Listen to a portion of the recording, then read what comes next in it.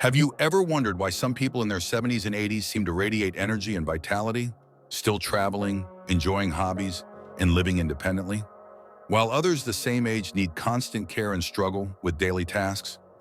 I see this striking difference all the time in my work with seniors, and I'm going to tell you something that might surprise you. It's not just genetics, it's not just luck, and it's certainly not just the way aging works. You see, there are 5 specific habits, 5 everyday patterns that millions of people over 60 fall into without realizing it, that might be silently stealing precious years from your life or the life of someone you love. These aren't dramatic things like smoking or heavy drinking that everyone knows about. No, these are subtle, innocent-seeming routines that fly completely under the radar.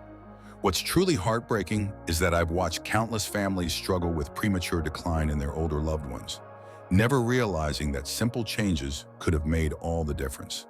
Just last month, I met Barbara, who at 82 was planning her solo trip to see the Northern Lights, something on her bucket list for decades. Meanwhile, her brother, only 2 years older, couldn't remember his grandchildren's names and needed round-the-clock supervision. Same genes, same background, dramatically different aging experiences. This isn't about just adding more years to your life, though that certainly happens. This is about something far more precious, preserving your dignity, your independence, and your ability to find joy in those golden years that you've worked so hard to reach. Just imagine for a moment, what would it mean to you or your loved one if simple changes could mean the difference between needing full-time care at 75 or still being able to travel with your grandchildren at 85? Between struggling to remember basic details or maintaining your sharp mind well into your 90s?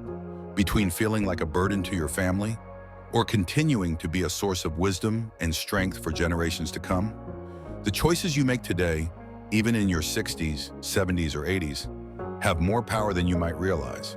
And that's why I'm so passionate about sharing this information with you.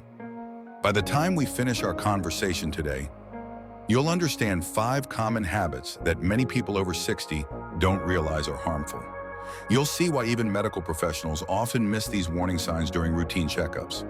And most importantly, you'll learn the simple, practical adjustments that could potentially add quality years to your life or the life of someone you care deeply about. Some of what I share might surprise you. Some might even challenge what you've always believed about aging. But I promise that everything is backed by solid research and my decades of experience working with seniors who have both thrived and declined in their later years. Before we dive in, I want to create a community of people committed to aging better and supporting those they love. If you're watching this for yourself or someone you care about, simply type "aware" in the comments below. This tells me you're committed to making these life-extending changes, and it helps others see they're not alone in this journey.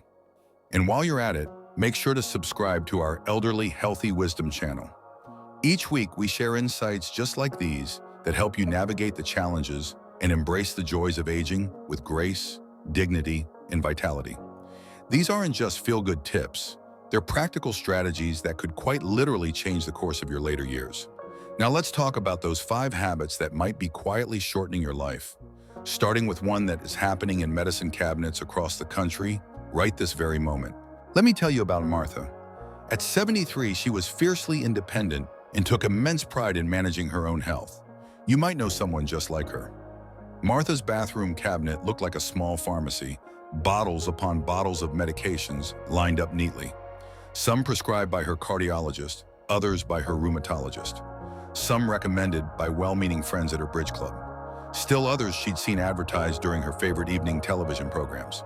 Better safe than sorry, she'd often say, popping an extra vitamin or herbal supplement with her morning coffee. But then Martha started experiencing troubling symptoms. Dizziness that would come on suddenly, confusion that made cooking, something she'd loved her entire life, feel overwhelming. She began forgetting conversations she'd had just hours earlier. When her daughter visited and noticed these changes, they both assumed the same thing. This was simply age-related decline, the beginning of that dreaded cognitive slide everyone fears. After all, Martha was in her 70s. Wasn't this just what getting older looked like? What neither of them realized was that Martha's medicine cabinet was quietly becoming her greatest health threat. No one, not Martha, not her family, not even her primary doctor, had a complete picture of everything she was taking. And those medications were interacting in ways that were essentially mimicking dementia. You see, here's what happens in our bodies as we age, and it's something many doctors don't explain clearly enough. After 60, our kidneys and liver, the organs responsible for processing and clearing medications from our system, become significantly less efficient. By age 75, these organs might be functioning at just 50–60% of their younger capacity. This creates what medical professionals call a dangerous buildup effect. A dose that was perfectly safe at 60 might reach toxic levels at 75 because your body simply can't clear it quickly enough. Imagine a sink where the drain is partially clogged. Even a moderate flow of water will eventually cause an overflow. What's particularly troubling is that this doesn't just apply to prescription medications. Those over-the-counter pain relievers you've taken for decades without issues, your body processes them differently now. That sleep aid you occasionally use, it stays in your system much longer than it used to. Even that seemingly innocent supplement recommended by a friend can trigger interactions that no one anticipated. I've seen this scenario play out hundreds of times, and it breaks my heart because it's so preventable. Martha was eventually hospitalized after a fall caused by her dizziness. Only then did a comprehensive medication review reveal she was taking 3 different medications with overlapping side effects, 2 supplements that were counteracting her heart medication, and an over-the-counter sleep aid that was known to cause confusion in seniors. Once her medication regimen was properly adjusted, the dementia that had frightened her family so deeply, it disappeared almost entirely within 3 weeks. There are several dangerous misconceptions I see among my senior clients that contribute to this problem. The first is the belief that if one pill helps a condition, taking 2 must work even better. This more is better approach can be lethal with medications. Unlike some things in life, doubling your medication rarely doubles the benefit, but it often more than doubles the risk. Another common belief is that supplements and herbal remedies are completely safe because they are natural. This simply isn't true. St. John's wort, a popular herbal supplement for mood, can dangerously interact with dozens of common heart medications. Ginkgo biloba can increase bleeding risk when combined with blood thinners. Even something as seemingly innocent as grapefruit juice can dramatically increase the potency of certain medications to dangerous levels. Perhaps the most dangerous assumption, though, is believing that your various doctors automatically communicate with each other and know what other physicians have prescribed. In our fragmented healthcare system, this rarely happens effectively. Your cardiologist may have no idea what your rheumatologist prescribed last month, and neither may know about the over-the-counter medications you take regularly. So what can you do to protect yourself or your loved one from this silent threat? Start by creating a comprehensive medication list, and I mean comprehensive. Every prescription medication, every over-the-counter drug, every supplement, vitamin, and herbal remedy. Note the dosage, how often you take it, and which doctor prescribed it, if applicable. Take this complete list to one primary doctor, ideally a geriatrician or internal medicine physician familiar with senior health, and review it thoroughly at least every 3 months. Don't be afraid to ask direct questions. Could any of these be interacting negatively? Is this supplement safe with my heart medication? Do I still need to be taking all of these? Consider using a pill organizer with alarm functions to ensure medications are taken at the right time in the right amounts. These range from simple, daily divided containers to sophisticated electronic systems that can alert you or a family member if doses are missed. And this is crucial. Never adjust your dosages without medical guidance. What seems like a logical adjustment to you, taking a little extra pain medication on a bad day, or skipping a dose when you feel good, can have serious unintended consequences. For Martha, implementing these changes quite literally gave her life back. 6 months after her medication adjustment, she was back to cooking elaborate Sunday dinners for her family and even planning a cruise with her sister, activities that had seemed impossible during her over-medicated period. While what we put into our bodies clearly matters tremendously, the next habit we need to discuss involves what most seniors fail to put in enough of, and it's silently affecting millions of older adults right now, often mistaken for dementia, depression, or simply getting old. Let's talk about Richard. At 68, he was a retired accountant who'd always prided himself on his sharp mind and meticulous attention to detail. But Richard had become increasingly frustrated by frequent trips to the bathroom, especially at night when these disruptions were breaking his sleep cycle. His solution seemed perfectly logical: simply drink less water. "I'll just cut back," he told his wife. "Less in, less out. Makes perfect sense."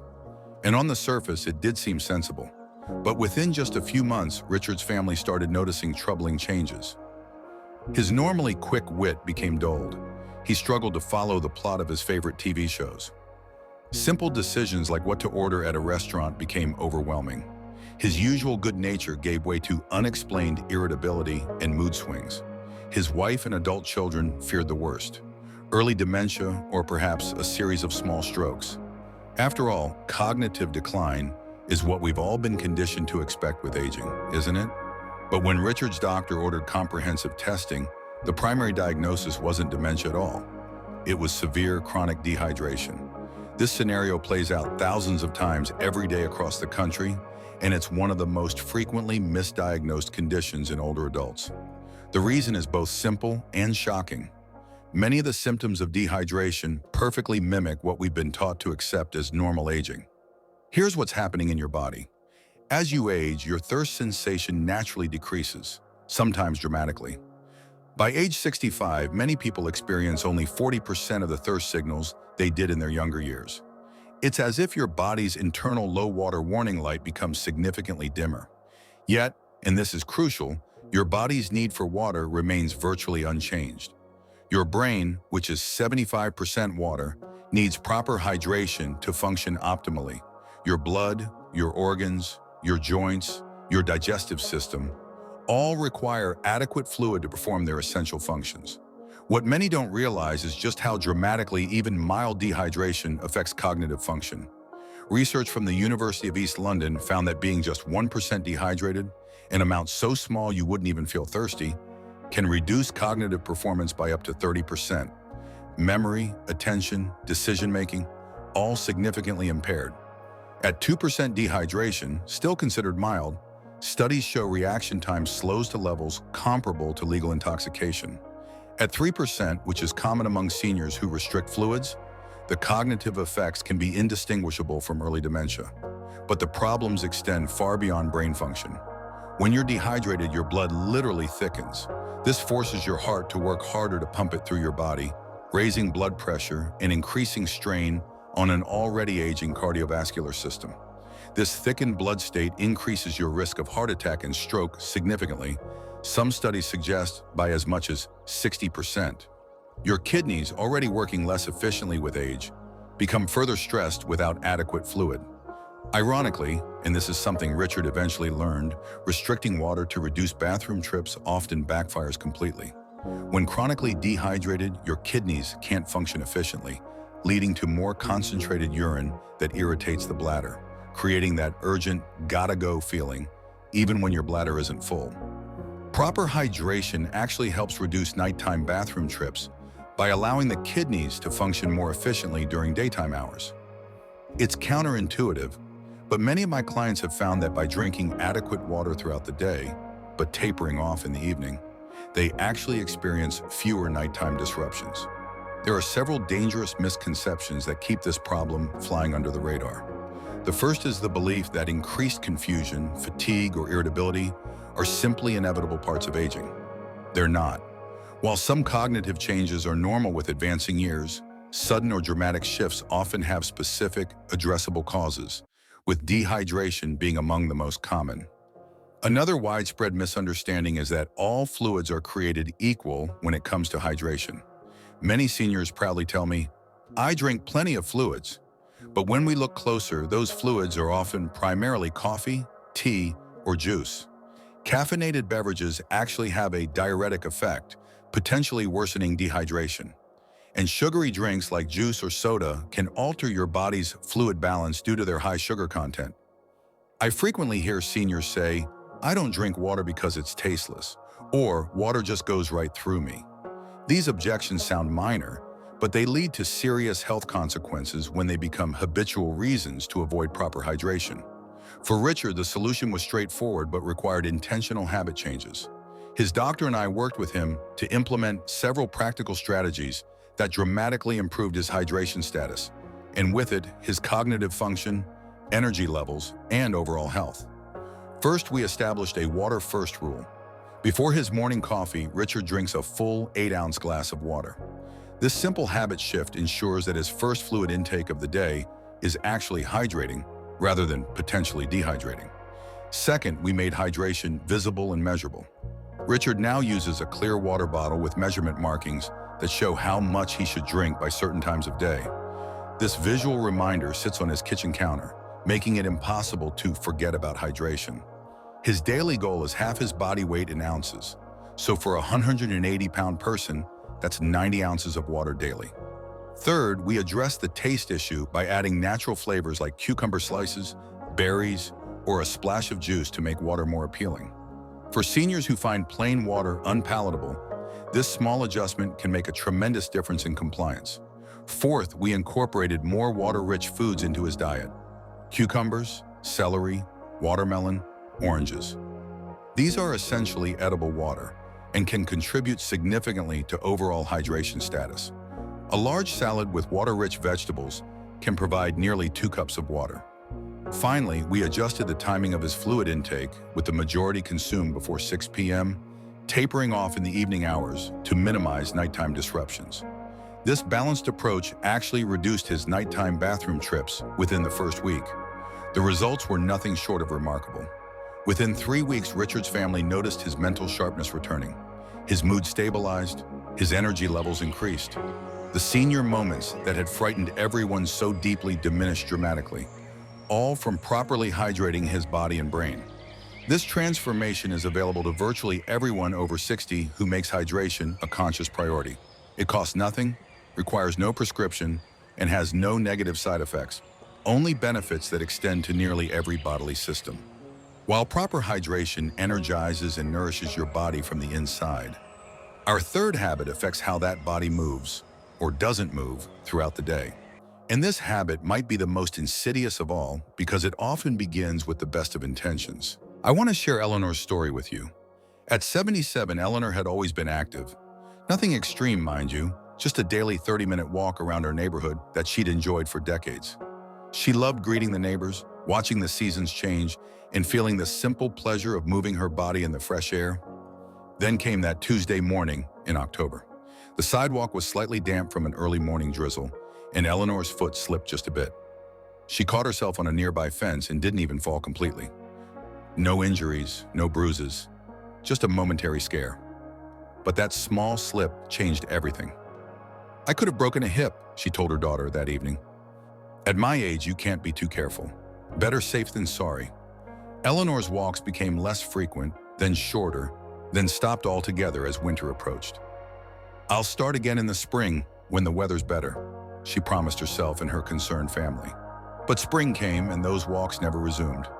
Eleanor had discovered the seeming comfort of her recliner, the convenience of having everything within arm's reach, the security of avoiding any possibility of another slip. What Eleanor didn't realize was that her well-intentioned self-protection was setting in motion a cascade of physical decline that would profoundly impact her independence. Within just 1 year, this once vibrant woman who had easily walked for 30 minutes daily now needed help to rise from her chair. Steps that once seemed effortless became daunting challenges. Everyday tasks like carrying groceries or doing laundry left her breathless and exhausted. And here's the cruel irony. This increasing fatigue and weakness convinced Eleanor she was right all along. Clearly, her body needed even more rest. "I just don't have the energy I used to," she'd say, settling deeper into her recliner, unaware that this very behavior was causing the very symptoms she was trying to accommodate. What happened to Eleanor happens to millions of older adults every year, and it's based on a profound misunderstanding of how our bodies work as we age. Here's the science that Eleanor, and perhaps you or someone you love, needs to understand. After age 60, our bodies naturally lose about 3 to 5% of muscle mass annually, even with normal activity. But with significant inactivity, that loss accelerates dramatically to 8 to 10% after age 70. This condition even has a medical name, sarcopenia, from the Greek words for poverty of flesh. This creates what geriatric specialists call the cascade of dependency, a dangerous downward cycle that works like this. Less movement leads to accelerated muscle loss, which makes movement more difficult and tiring. This increased difficulty leads to even less movement, which causes even more muscle loss. And the cycle continues, often ending in complete dependency. What's particularly heartbreaking is that the very thing many seniors are trying to avoid, falls and injuries, actually becomes more likely with this protective inactivity. Without regular movement, not only do muscles weaken, but balance systems deteriorate, coordination decreases, and bones lose density. The sedentary senior has essentially been unwittingly training their body for failure rather than success. Meanwhile, research from places like the National Institute on Aging has repeatedly demonstrated that consistent, gentle movement, even when begun in your 70s, 80s, or beyond, actually strengthens those very systems that prevent falls. Better balance, improved coordination, stronger supportive muscles, and more dense bones. In Eleanor's case, her well-meaning protective instinct created the very vulnerability she feared most. There are several dangerous misconceptions that feed this problem, and I encounter them almost daily in my work with older adults. The first is the belief that fatigue is always a signal that the body needs more rest. While this can sometimes be true, particularly with illness or immediately after exertion, chronic fatigue in seniors is often paradoxically a symptom of too little activity, not too much. It works like this. Just as a car battery loses charge when not used regularly, the human body's energy systems become less efficient without consistent demand. Mitochondria, the tiny powerhouses in your cells that produce energy, actually decrease in number and efficiency without regular stimulation through movement. The result is a body that produces less energy and tires more quickly, even during simple activities. Another widespread misconception is that exercise must be intense or lengthy to provide benefits. This simply isn't true, especially for seniors. Studies have shown that even very modest movement, far less intense than what would traditionally be called exercise, provides remarkable benefits for older adults. 3 5-minute walking sessions daily can improve cardiovascular health. 10 minutes of gentle stretching can maintain crucial range of motion. Even standing up and sitting down repeatedly, what fitness professionals call chair rises, strengthens key muscles needed for independence. Perhaps the most problematic misconception is the belief that minor discomfort during movement signals danger rather than normal adaptation. Many seniors interpret the initial stiffness or mild muscle soreness that comes with renewed activity as a warning sign to stop, when it's actually the body's normal response to being asked to work again. In the absence of sharp pain or joint pain, this mild discomfort is typically a positive sign of the body beginning to rebuild itself. For Eleanor, understanding these concepts was the first step toward reclaiming her independence. Working with her doctor and a physical therapist specializing in senior fitness, she implemented several practical strategies that gradually reversed her decline.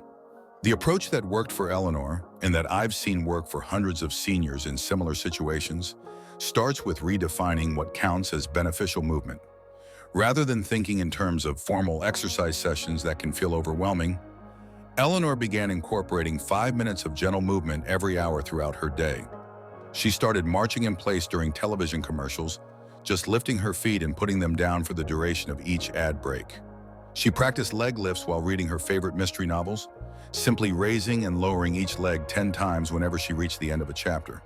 She relearned the art of standing up and sitting down without using her hands for support, repeating this movement 5 times whenever she got up from a chair. These micro movements, scattered throughout the day, begin rebuilding muscle without overtaxing an unconditioned system. They're the physical equivalent of starting with pennies when rebuilding a savings account, small contributions that add up to significant gains over time. As her confidence and strength improved, Eleanor added slightly more structured movement to her routine. She discovered chair yoga classes at her local senior center, a form of gentle yoga where many poses are performed seated or using a chair for support. These classes improved her flexibility and balance while connecting her with others on similar journeys. For seniors with joint pain or arthritis, water-based movement can be particularly beneficial. The buoyancy of water reduces pressure on joints while still providing resistance for muscle strengthening. Many community pools offer senior water classes or designated hours for gentle water walking.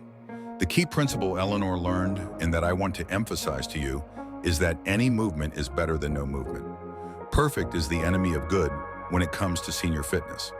10 minutes of gentle stretching is infinitely better than no movement at all because you can't commit to a full exercise routine. Within 3 months of implementing these small but consistent movement habits, Eleanor no longer needed assistance rising from chairs. Within 6 months, she had resumed modified versions of her neighborhood walks, using walking poles for additional stability. And within a year, her energy levels had improved so dramatically that she could once again participate in the gardening club she had reluctantly abandoned. I thought I was protecting myself, she told me during a follow-up visit, but I was actually making myself more vulnerable. No one ever explained that not moving was more dangerous than moving carefully. Eleanor's story illustrates a crucial truth. Movement is not optional for successful aging. It is essential medicine. Each small movement choice you make today is an investment in your future independence and quality of life. While physical movement strengthens and preserves your body's structural integrity, our fourth habit affects how you nourish that body, and it's one of the most under-recognized threats to longevity and cognitive function in our senior population. Let me introduce you to James. At 82, James had lived a full life, 42 years of marriage to his beloved Sarah, a successful career as an engineer, and 3 children who adored him. But when Sarah passed away 3 years ago, something fundamental changed in James's daily patterns. Cooking had always been Sarah's domain. She'd enjoyed preparing nutritious meals, making sure James ate his vegetables, and maintaining their tradition of sitting down together for dinner every evening, even after the children left home. Now facing an empty kitchen and a quieter house, James found himself at a loss. "What's the point of cooking just for me?" he'd ask whenever his daughter called to check on him. "It's too much trouble for one person." And so began James's slow slide into what I call nutritional apathy, a state where food becomes mere fuel, consumed with little thought to its quality or nutritional value. His daily diet devolved into toast and coffee for breakfast, a sandwich or canned soup for lunch, and a microwavable meal for dinner. Occasionally, he'd treat himself to takeout when his children visited, but those occasions became increasingly rare. James didn't see this as a problem. After all, he was eating regularly. He wasn't hungry. The meals were convenient and required minimal effort, a blessing when even simple tasks seemed to require more energy than they used to. It wasn't until his annual physical that red flags began to appear. Despite having no major diagnosed illness, James's kidney function had declined significantly since his last visit. His cognitive testing showed concerning drops in several areas. His muscle mass had decreased dramatically, and blood tests revealed multiple severe nutritional deficiencies. His doctor was initially puzzled. "James, your tests look like someone who's been seriously ill, but you haven't reported any major health issues. What's going on with your diet?" The simple question led to a revelation. James was experiencing malnutrition in the midst of plenty, a condition that affects up to 50% of older adults but often goes completely unrecognized. This nutritional neglect is far more common and far more dangerous than most people realize. Here's why this happens and what's taking place in your body when nutrition takes a back seat in later years. After age 60, something counterintuitive happens to our nutritional needs. Our calorie requirements generally decrease due to changes in metabolism and often decreased activity, but our need for specific nutrients actually increases. This creates a challenging situation where each calorie needs to carry more nutritional weight, so to speak. Think of it like this.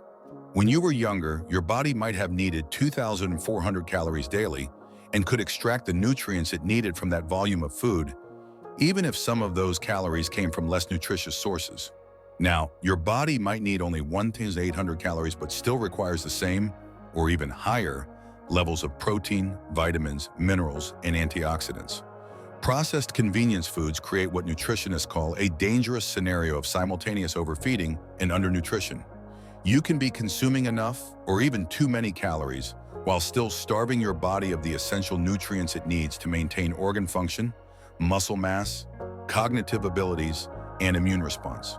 Without adequate protein, which many seniors underconsume by 40% or more, muscles deteriorate more rapidly, including the heart muscle. One study found that seniors consuming less than 0.8 grams of protein per kilogram of body weight daily had 30% higher rates of frailty and disability over a 3-year period. Without sufficient antioxidants from colorful fruits and vegetables, cells age faster due to unchecked oxidative damage.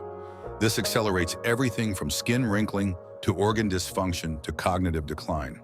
Without adequate fiber, the microbiome, the trillions of beneficial bacteria in your gut that influence everything from immunity to brain function, becomes significantly less diverse and effective. Recent research has linked poor microbiome health in seniors to increased inflammation, decreased immune function, and even higher rates of anxiety and depression. In James's case, his diet of convenience foods was providing calories, but few of the nutrients his aging body desperately needed. His protein intake was less than half of the recommended amount for someone his age. His antioxidant levels from fruits and vegetables were nearly non-existent. His fiber intake was a small fraction of what it should have been. The result was a body and brain aging at an accelerated rate, not because of disease, but because of nutritional neglect. There are several dangerous misconceptions that contribute to this problem. The first is the belief that decreased appetite is simply an inevitable part of aging that shouldn't be addressed. While it's true that appetite often decreases with age due to changes in taste perception, decreased stomach elasticity, and alterations in hunger hormones, significant appetite loss should always be investigated rather than accepted. Another common misunderstanding is that nutritional needs decrease across the board with age. In reality, while calorie needs often decrease, requirements for certain nutrients actually increase. Vitamin D needs increase significantly after 60 due to reduced skin synthesis. Protein requirements often increase to preserve muscle mass.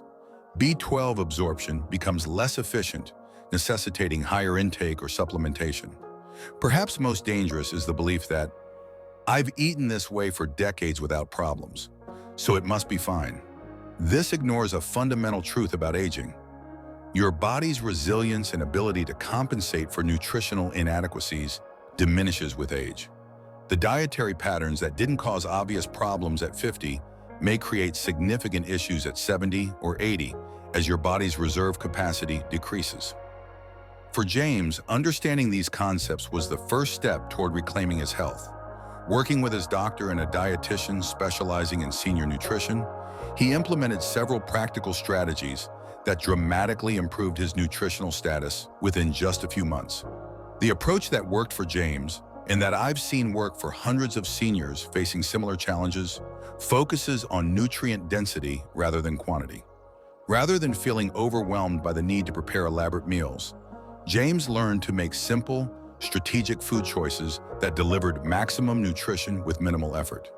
He began stocking his freezer with colorful frozen vegetables, which are flash frozen at peak ripeness and often contain more nutrients than fresh produce that's been shipped long distances and stored for days. These could be quickly microwaved and added to any meal, or thrown into soups and simple casseroles. He discovered high-quality protein sources that required little to no preparation. Rotisserie chicken from the grocery store, which could provide multiple meals. Canned wild salmon or sardines, rich in both protein and beneficial omega-3 fatty acids. Greek yogurt, and hard-boiled eggs prepared once a week. He learned to keep simple fruits like bananas, oranges, and apples on hand. Fruits that required no cutting or preparation and could be easily consumed as snacks. When these occasionally went uneaten and spoiled, he switched to frozen berries that could be thawed in small portions as needed.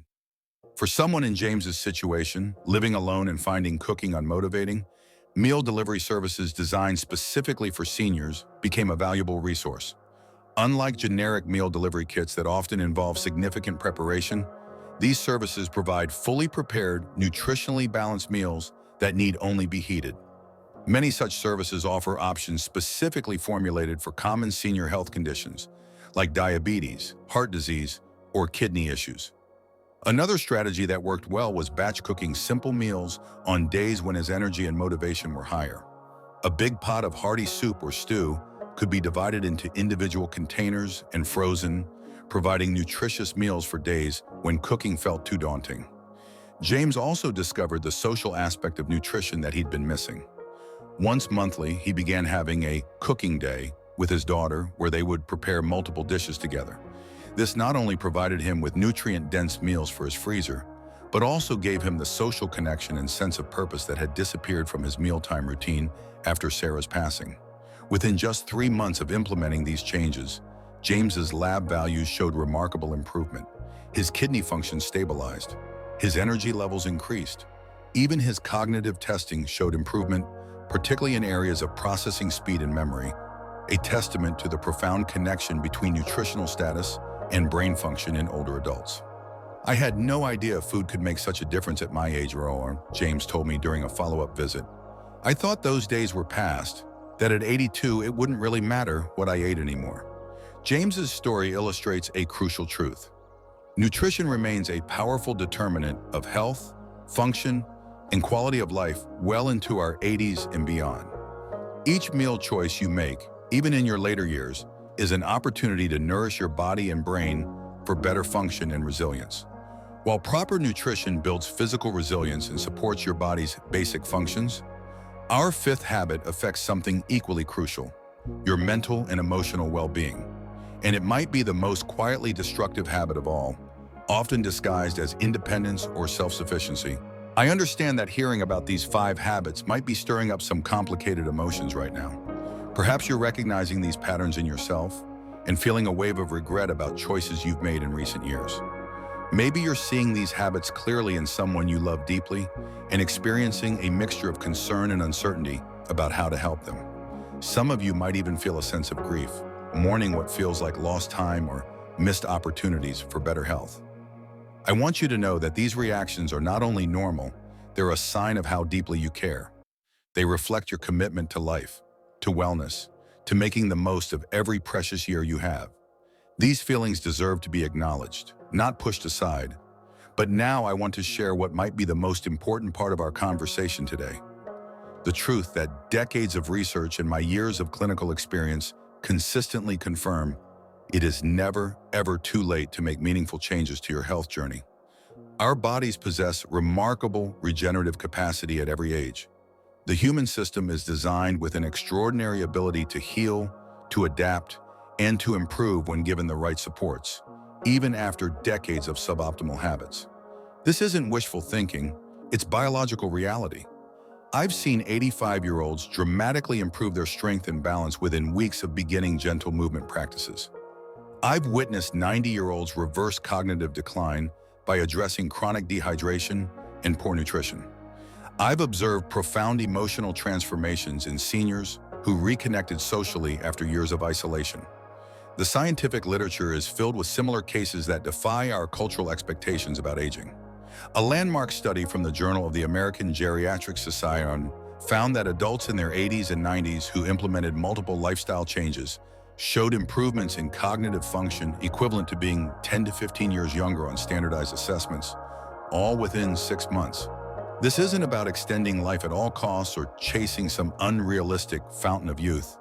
It's about something far more meaningful: ensuring that the years you have, whether that's 5 more or 25 more, are characterized by dignity, independence, joy, and purpose, rather than dependency, confusion, and limitation.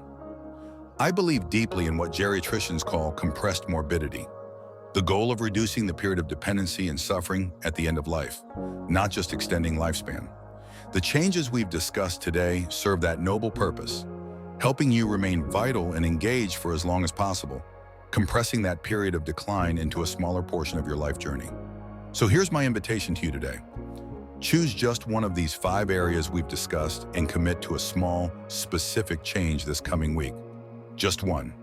Don't try to transform everything at once. That's a recipe for feeling overwhelmed and abandoning the effort entirely. Perhaps you'll decide to focus on hydration by filling a water bottle each morning and placing it where you'll see it throughout the day. Maybe you'll call an old friend you've lost touch with and schedule a time to reconnect.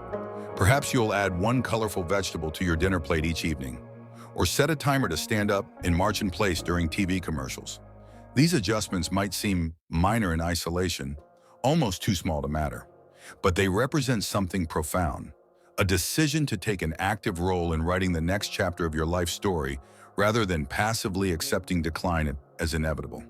What makes these small changes so powerful is that they often trigger positive cycles that expand over time. When you drink more water, you typically experience more energy, which makes movement easier. When you move more regularly, you usually sleep better, which improves cognitive function. When your thinking is clearer, social engagement becomes more rewarding. These virtuous cycles build upon themselves, creating momentum toward better health. I've guided thousands of seniors through this process of gentle, incremental change, and I've observed a fascinating pattern.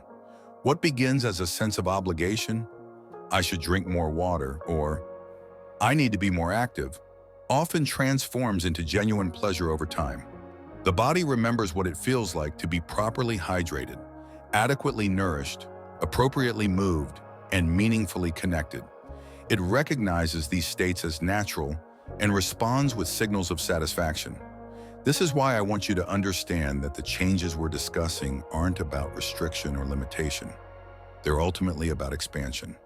They expand your energy reserves. They expand your independence. They expand your capacity to engage with the people and activities that give your life meaning.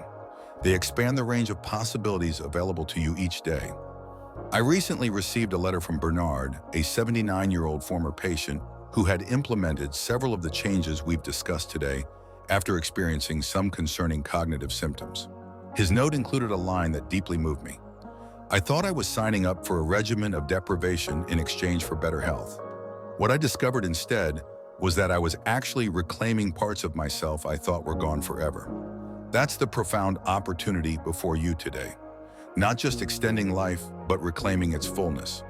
Not just slowing decline, but potentially reversing some aspects of it that you've already experienced. The golden years can truly be golden, not in some artificial, airbrushed way that denies the real challenges of aging, but in the warm, rich sense of days filled with dignity, meaning, and joy. Days where you have the energy to engage with what matters most to you. Days where your mind remains clear enough to appreciate the beauty around you and contribute your wisdom to others. This kind of aging is available to you when you approach these years with intentionality and informed choices. It doesn't require perfection. It doesn't demand radical transformation overnight.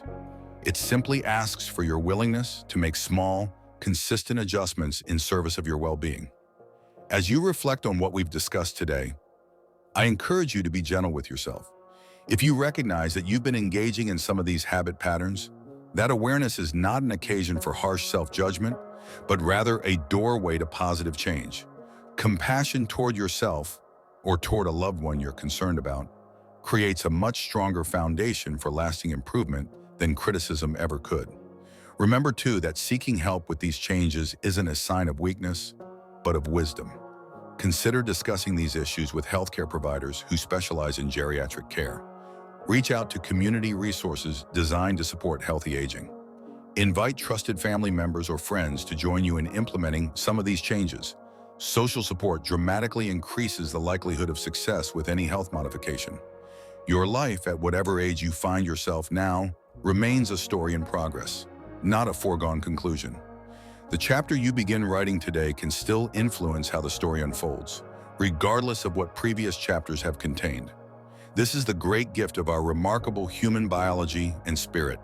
The capacity for renewal exists within us until our final breath. Now let me summarize the key points we've covered today and share how you can continue this journey with our community at Elderly Healthy Wisdom. As we reach the conclusion of our time together today, let's take a moment to review these 5 critical habits we've discussed. Habits that might be quietly shortening your life or the life of someone you love. The first habit we explored was over-medicating without proper monitoring. That dangerous pattern where multiple medications, supplements, and over-the-counter remedies interact in ways that can mimic dementia or cause other serious health problems.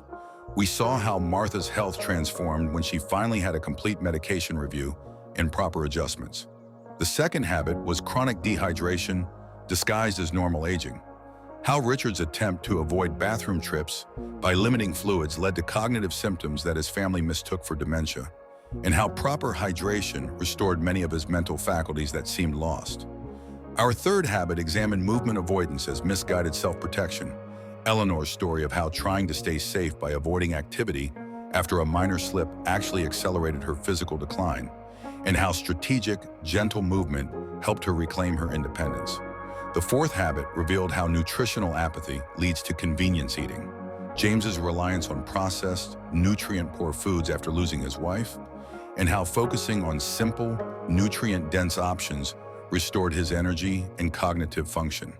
And finally, we discuss social withdrawal that accelerates both physical and cognitive decline, Margaret's retreat from activities due to hearing loss, and how reconnecting socially while accommodating her needs dramatically improved her mental and emotional well-being. Each of these habits operates quietly in the background of many seniors' lives. Each creates damage that's often attributed to just getting old, and each can be modified with thoughtful, intentional choices that don't require dramatic lifestyle overhauls. Now, I'm genuinely curious, which of these 5 habits surprised you the most? Was there one pattern you recognize in yourself or someone you love that you hadn't previously connected to health concerns? Or perhaps there's someone specific in your life who needs to hear this information, a parent, grandparent, spouse, or friend who's struggling with symptoms that might be related to these habits? I encourage you to share your thoughts in the comments section below. Your insight or experience might be exactly what another viewer needs to hear today. One of the most powerful aspects of our elderly healthy wisdom community is the shared wisdom that emerges when we engage with each other's stories and perspectives. Speaking of community, if you found value in today's discussion, I'd like to personally invite you to join our growing family by subscribing to this channel. Each week, we explore practical, science-backed strategies specifically designed for thriving in your golden years or supporting those you love who are in this season of life. We don't focus on unrealistic miracle cures or complicated regimens that few people can actually maintain. Instead, we offer straightforward, evidence-based approaches that real people can implement in their daily lives. We address the challenges of aging honestly while maintaining an unwavering commitment to possibility and hope. In upcoming episodes, we'll be exploring topics like how to have productive conversations with doctors to ensure you're getting optimal care, simple adaptations to make your home safer without making it feel institutional, memory-enhancing activities that are actually enjoyable, not just mental exercises, navigating family dynamics when health needs change, and many more practical topics designed to enhance your quality of life after 60. Just click the subscribe button below and be sure to tap the notification bell so you don't miss any of our weekly wisdom sessions. Your subscription is more than just a button click. It's your commitment to approaching aging with intention, knowledge, and optimism. I want to thank you sincerely for investing this time in your health and well-being today. In a world of endless distractions and demands, the choice to focus on your long-term wellness or the wellness of someone you love represents a profound act of self-care and wisdom. Remember, wisdom isn't just about the knowledge we acquire through years of living, though that certainly matters. True wisdom manifests in the choices we make with that knowledge, the actions we take based on what we understand, and the courage to change patterns even when they've become comfortable. The habits we've discussed today didn't develop overnight, and they won't be transformed in a day. But with consistent small actions, the kind we explore together each week on this channel, remarkable change is not just possible, but probable. The human capacity for renewal exists at every age, and witnessing that renewal in my clients and in members of this community remains the greatest privilege of my work. This is Elderly Healthy Wisdom, where we truly believe that with the right information, support, and mindset, the best years of your life can still be ahead of you. I'll see you next week for another conversation about living your most vibrant life after 60. Until then, be well, be wise, and remember that every small positive choice you make today is shaping your tomorrow.